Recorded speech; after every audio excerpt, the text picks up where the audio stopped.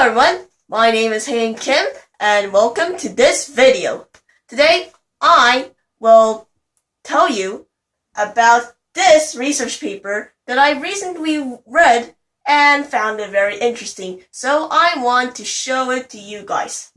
The research paper that I will explain in this article is CRISPR-Cas9 mediated mutagenesis of the dihydroflavanol 4 reductase B DFRB locus in the Japanese morning glory Epomonia nil. First of all, I will first clarify some words that may be difficult to students. Mediate means bringing about a result. For example, things like physical effects.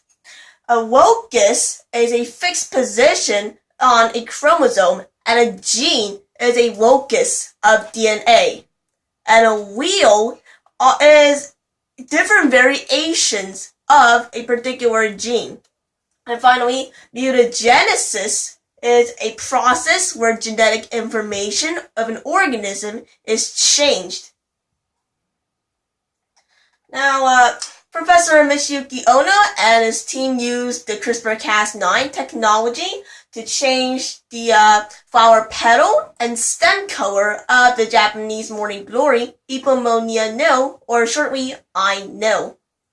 The gene dihydroflavanol 4 reductase B, which is shortened to DFRB, is responsible for encoding and making an anthocyanin biosynthesis enzyme. Anthocyanin is a pigment that is responsible for making the color purple and blue in usually plants.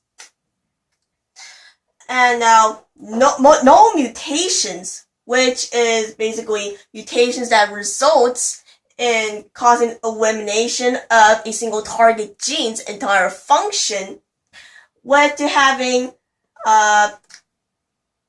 anthocyanin-less flower petals and stems.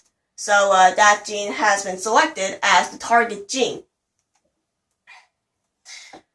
The 20 base pair sequence in the fourth exon. Now, an exon is the part of a chromosome, or actually parts of a chromosome, that has its information transcribed from the final messenger RNA, the mature messenger RNA, and therefore contributing to transcription and translation, which is basically protein making.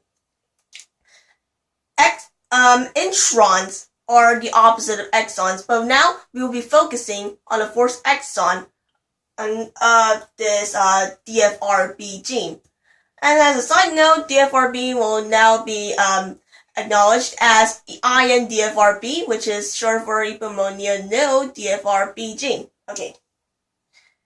So this 20 base pair sequence in the fourth exon of the INDFRB has been chosen as our single guide RNA or sgRNA sequence for the CRISPR-Cas9 system.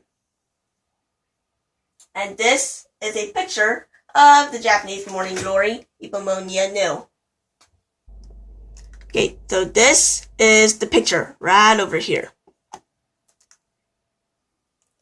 There was one problem about this entire experiment.